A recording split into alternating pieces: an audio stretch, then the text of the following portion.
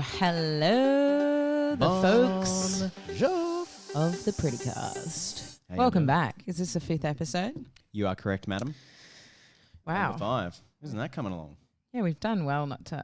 I'm not sick of you yet. Nah. Well, and even after 24 years, you'd think. Totally. Yeah, no, number 5. That's pretty cool. We dropped 4 episodes at once, and now we're Huge. going weekly. Ooge. Ooge. I want to talk to you today, Kyro. Oh, hello. It's very formal, isn't it? Very formal. I want to know what your favourite music festival is that you've ever been to. That's tough because I've been to a few. Okay, it springs to mind. I went to Daft Punk in 2007. That was insane out at the Olympic Park there. That from, obviously, I was not old enough to go to No, that concert, you but were not. from like memory and everyone's recount of that festival, it was life-changing for everyone. Anyone that I've ever encountered that also went to that has also said to me that was easily the greatest thing I've ever been to, and I reckon it was because the thing for me was because Daft Punk really sort of had that they pioneered the kind of stage show in the electronic world, so the big pyramid, the light up pyramid. It is one of the most insane things you've ever seen. And because like no one was really doing that at the time, like, there wasn't Eddie Endicressy was doing this like Rubik's Cube thing. That was pretty cool. But this thing was just insane. And Fully immersive show, right? fully immersive show. And to be fair, like on the day they'd had like the presets play, they had Van Shee play, they had Muscles play, Bag Raiders. Girl. Ajax. It was incredible. Great day for Australian music and Daft Punk just it was exceptional. But yeah, and I've done a couple of Splendor in the Grasses, did my fair share of other things as well. What about you? I'm thought about this for a total of about 10 seconds and I'm not That's even a good first thing that springs to mind. Yeah, I'm not going to dwell on a festival. I've been to a few, probably Big Day Out when the Red Hot Chili Peppers is like one of the most iconic memories. Like, one of those coming out of age things. I think I was 16 and, it was like the first big festival that I went to and I had the time of my life. And I was standing on a bin in like a crowd, maybe 20 meters away from the front of Anthony Kiedis and like Flea. How do you reaching out? Actually, I've been to a couple of festivals with you, and you have a tendency to find yourself stand climbing on on top things. of things. You stand on top of things. I get scared of the ground. Lava. Anyway, that wasn't actually the gig that I was going to say. Oh, okay. Art vs. Science at the Lansdowne. Recently, Literally, within the last 2 years, 6 months ago. 6 months ago, pre-COVID. Pre-COVID. just on the dawn, the cusp. I think it was one of the most anticipated gigs that I had because Art vs. Science, Dan Mack helped us. Good friend of ours. Good friend of ours. Yeah, Great good of friend, yours. and he helped us make some of the produce some of our music. And so I've been working with him for so long, and I'm so close with them. Yeah, you were a bit starstruck when you first worked with him too, weren't you? You're like, oh my god, Dan Mack from fucking Art Well, I vs. thought I Science. was fucking cool. Yeah, no. I'm not trying to take that away from you. I was like, this is a nice very step. Cool. That's a great step in the right D. And after when D, shut up, mate. Not you, bud. Sorry, that was the dog. Papa's. And so when I was in the audience and I was so familiar with the music, and it was one of those things that everyone who was going to those shows when they were in their prime, like a few years back, have such beautiful, amazing, like wholesome, like wild memories of this show. Yeah. And to hear so much about it and then to see it, and it literally lived up to everything I'd ever heard. Yeah. I was losing my shit. I haven't moshed in years, and I was literally at the front just like, yeah. Oh my god. All sweaty with Yeah, people up wall to next wall, to me. block to I was just block. like banging around, like, it was so much fun. That's all time. Who else played at that big day out? Do you remember anyone else? I'm trying to I think the remember, Bloody Beetroots played. Oh, in the boiler room. Anytime the Beetroots came to Australia, because they played at like a Stereosonic too, and that event, they played in a hall and it was locked out. You couldn't get in. It was That was chockers. sweaty as well. Oh, I can imagine. The Bloody Beetroots turn on a show. I saw him at the Metro once too. I know it was when it was two. It was Sir Bob, and there was a second guy. Now it's just Sir Bob. But I got to say, the one thing that I really want to spend my like JobKeeper isolation money on is just a festival ticket. I'm literally just, I don't know what to spend it on now that I'm not going to gigs and stuff and going out and buying like stupidly expensive espresso martinis, you know? It's like, shut up and take my money. Like, yeah. And let's hope that there are plenty of festivals in the position to take our money too. Falls is going ahead with an all Australian lineup. Don't you love that? Yeah. Don't you appreciate that as a Aussie music lover, but obviously as an artist as well, but like to your core, you're like, that's amazing. Wouldn't that be nice if that was a bit of a new direction too for Aussie festivals to book a little bit more predominantly Aussie artists? Enrich the culture astronomically. Probably a cheaper festival ticket too, to be honest. You don't have to pay for all those international flights and 5-star hotels. Totally. Well, I'm like, Shannon Noll would easily take a 3-star hotel. I would probably pay to play at that festival. Right? I mean, I'd drive there myself. I'd give them my JobKeeper. No, I'm keeping my... Okay, so with that, what have you been spending your money on in isolation? Honestly, it's been like a slightly inconsistent process. So I haven't been spending a lot of money. I mean, I don't particularly like spending a lot of lavish money on things anyway. Somewhere between a minimalistic lifestyle and a, enjoyable collection of things that bring me joy. But all right, our Murray Kondo. Well, I haven't folded anything and put it away just yet, girl. So I haven't increased my spending, is what I'm saying. Like I haven't. I'm still spending the normal way I would have spent, even though some of the payments have been inconsistent. My thoughts on that is that. Is that what you were looking for? Well, it's more that because essentially whilst we're in isolation, we have no extra expenses except paying for rent and our food, right? Yep. But once upon a time when we were going out and just traipsing the streets, I just spend money willy-nilly on like things that brought me joy at the time, And so now I'm going, well, I'm surprised how much excess money I have left over. Right. And I'm like, well, I could treat myself. So you find yourself saving money during this period? Definitely saving money. That's a good thing though.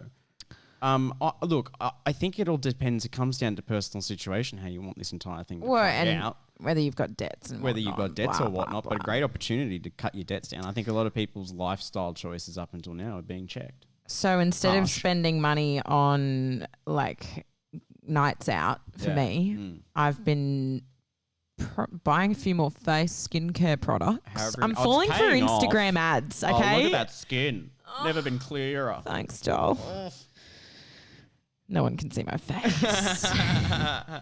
There is that. But no, look, what like do you look out for things with those skincare products like cruelty-free and all that sort of jazz? No.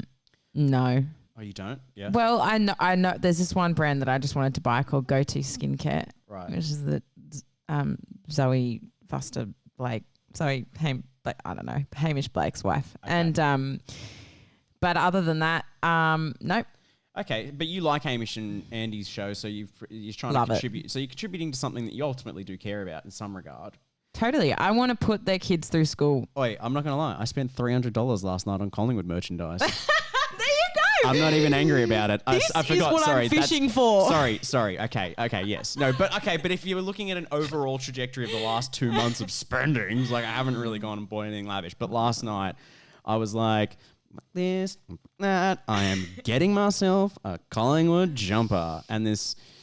I got a Collingwood Monopoly board for my birthday and I stand by this quote. I think it may be the greatest gift I've ever received. Yeah, it's up there. And I've received some amazing gifts. I love birthdays. I'm a big birthday fan. Big birthday fan. I want to celebrate it. So how do you feel? What happens if someone gives you something that you're just like, ooh, missed the mark there. Don't really know me. This is something to bring up because our family do this a bit. Our nan particularly, sometimes mum's great at giving gifts. Yeah. But there was a time there where I was like, hey, like don't buy me the latest thing that's on trend. Like look at me and you'll know what I like, you know? Yeah. We'll have to fish up some old photos from back in the day, but Tomboy Pearl. Yeah.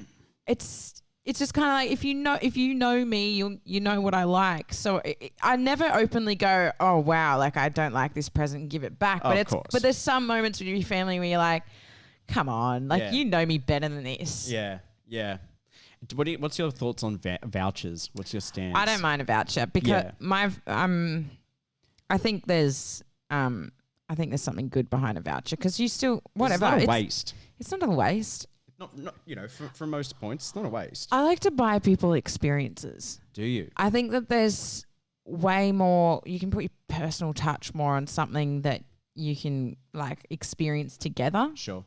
So for instance, with Danny, like I always like to take him away for like 2 nights or go out for a lovely dinner and really make it like an all-encompassing experience. Something that you'll look back and remember. Exactly. Yeah. Instead of a token item that might get thrown out 5 years All later. I want to do is make memories. Okay, maybe that was the sweeping statement of the podcast. All I want to do is make memories. Make some memories. All right, peeps, let's make some memories. Let's do it for the memes. Back to the what's your thoughts on back to the festival conversation we were having before? Hey, what's your thoughts on like digital festivals? I mean, obviously, right now, I've done a few like live streams, and you just got to do it because that's what you can do at the moment. Like that's the outlet. Like you just have to roll with the punches, right? No, I absolutely do not derive the same amount of pleasure from doing a live stream, a digital performance, than I would on stage. Yes, yes. I need that adrenaline, that connection. Yeah, it's super weird doing because I've been doing a couple of DJ streams. You've done a couple of performance. Yours have gotten really great. Your setup's amazing for Kyro. So I guess going back to that other question about what have I been spending my money on, I guess when we went into this first initial kind of February, March period of what the hell's going on here, I was like, oh, I'm going to have to live stream and I need this sound quality to be right. So I definitely spent a couple of $100 to set you apart from the rest. Serious research trying to find all those setups. There's so many options and now they're fully exhausted. So I'm glad I did jump in on that. But I reap the rewards from that too. Kyra gave me this little live stream gadget that I can stream clean like microphone and audio direct to my iPhone. Yeah, direct to your socials. A mixer for my iPhone. Yeah, no, it's great, and it's portable too, so you can take it anywhere you want to go. That particular model, it's battery powered if you don't want to plug it into the wall. I'm going to do this. We're selling online tech gear to help improve your audio sound quality for your Facebook pages. Hit us up for your questions. Hit us up with them questions. We got them.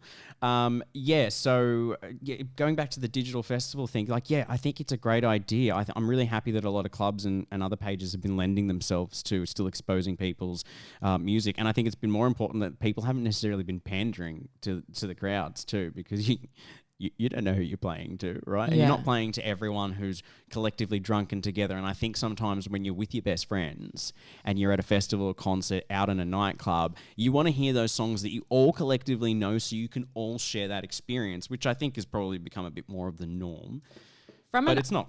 I mean, it's better when you go out and discover new music. From an artist point of view, I know that I've spoken to my friends about this who are other artists that and they're like, they hate the idea of having to go do a live stream because they're just naturally very awkward people. And I think there's something to say about when I go on stage, I adopt this persona, this badass, like, I get to be whoever I want to be. Yeah. Because I'm on stage and like that energy is adrenaline. Yeah, and it's all reciprocated. Well, you embody something, don't you? Well, you exactly. remove yourself from Pearl and you become Pearl the Girl. So when you go back to a live stream, you have to be unashamedly yourself and hope that connects and translates with people. So I totally get it when some artists are like, oh, I just don't want to do that. And I guess when you're playing to a live crowd, like if you're playing to 100 people, like 40 of them might be looking directly at you, but the other 60 are either talking to themselves, ordering drinks at the bar. So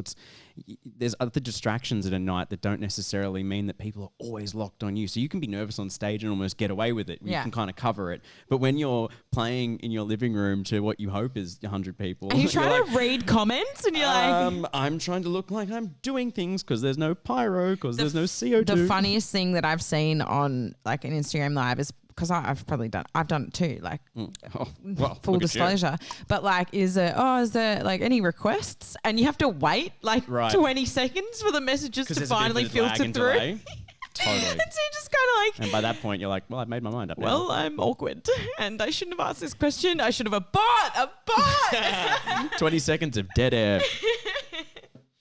Well, I mean, that happens between your songs normally too, don't you? You've got to find Well, yeah, I always turn around to the band. You almost awkwardly talk it sometimes, don't you? I awkwardly talk, but I turn around to the band and I'm like, fucking start, bitches. Don't leave me hanging here. Right. And they're good boys. They're good banter. They've got your back more often than not. Yeah, they're great. Yeah. Love them. You guys have done some traveling, haven't you? Mm-hmm.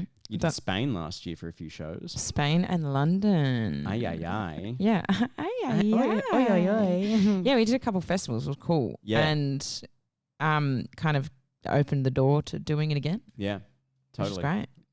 Post-COVID. 100% post-COVID. I'm more interested in traveling in my backyard at the moment. Doing laps. Did I say that last episode? I went to the large rock in the back right corner, spent some time there, almost walked on it. Didn't. Turns out we're not allowed to. What was I going to say then?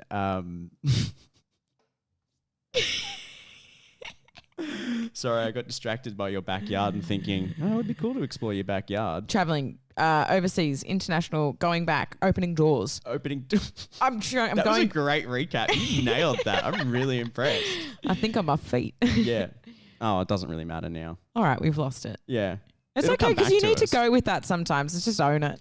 Oh, yeah, absolutely. I lose train of thought all the time. Let's talk about it. 25% of my day is spent trying to remember where the hell I left my drink. Trying to remember what I watched the night before. I can never remember movies when I wake up. Do you remember your dreams? I don't think I have them. I don't think I have them either. I don't remember dreams. Danny's an avid dreamer. Really? Every night he can remember. And I'm like, once in a blue moon, I'll wake up and remember a dream. Yeah. Or even acknowledge that I had one. Yeah. I don't remember. I clonk out and then I'm up and that's it. It's kind of sad, really. I wish I dreamed because I feel like I'm missing out on something. Like, for instance, I've heard like people who do dream are like, wow, I went on the sickest adventure last night. I'm like, what? I want a piece of that pie. I spend a lot of time daydreaming, so I feel like I make up for it. Do you know what I noticed when I was driving to Byron the other day is that I can daydream and drive. Oh, well. So like I have the ability to do it. Obviously, I don't want to. I suck myself out of it, but it's there. Yeah, it kind of does become second nature, doesn't it? Well, because you're always, especially like you think about when you're driving, you're always doing something secondary like listening to music or a podcast or something like that. So I suppose daydreaming is not. Driving shouldn't be the secondary thing when it comes to that. Listening to a podcast and driving. Driving and listening to a podcast. All the way around. Yeah, totally. Yeah. Painting my nails and driving. Yeah. Eating a Big Mac and driving. Having said that, something I find super frustrating is why people still get done for touching their phones. Like you have a smartphone. You say, hey, Siri, and it's like, what do you want me to do? It's smarter than you. Unless you're trying to text someone in the car whilst you've got someone else in the car that you don't want them to know you're texting or you're on Tinder, there is no reason to really be on your phone while driving.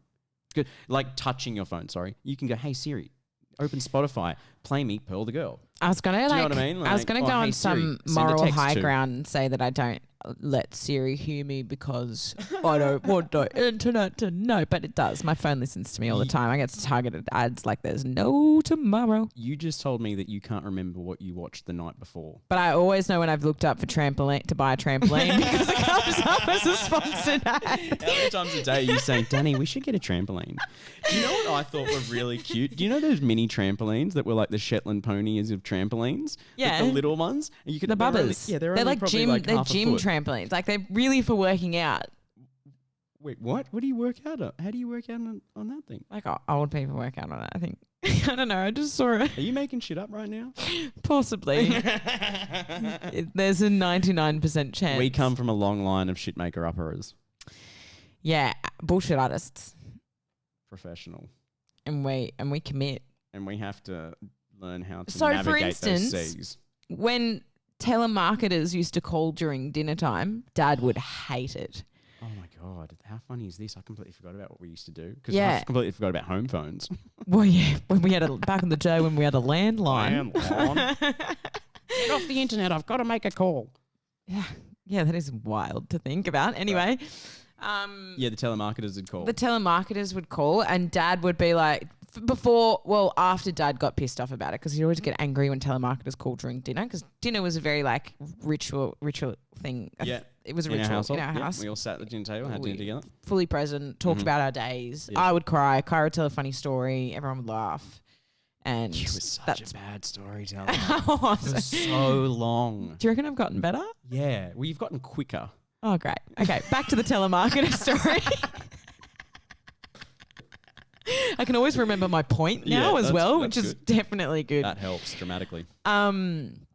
We try and sell shit back to them. Yeah, Dad got so sick of it that one day we just picked up the phone and we were like, yeah, hello, this is Jen speaking. And they'd be like, oh, hi, Jen. Is this a good time to call you? No, probably not at all. But what are you going to try and tell me? And then you just absolutely start giving it back to them. Oh, but how's your day? Like, what are you wearing? Oh, no, the best part was when it was like, okay, would you like to actually buy my 10-part like yoga instructor series? Yeah. And we try and sell stuff back to them. Yeah. We did actually, didn't we? Yeah. But then we got looking for all seasons of Lost on DVD, because we've currently got them in stock. And if you hang on the line for another second, we can throw in a bonus season of Friends. Chew their ear off so much that they hung up on us. Yeah, that's the goal. Yeah. That is the goal with telemarketing. Talk so much nonsensical bullshit that they take your number off the list. That they're like, oh my God, no, do not call this guy. It would be a waste of dollars and cents. This is not a financially viable phone call. You may end up buying for things. A good time. But if you're looking for all seasons of Lost. All right, well, let's wrap it up. Yeah. That's episode 5 of the Pretty Cast. Thanks for listening, guys. Thanks for tuning on in. Take care. Ciao.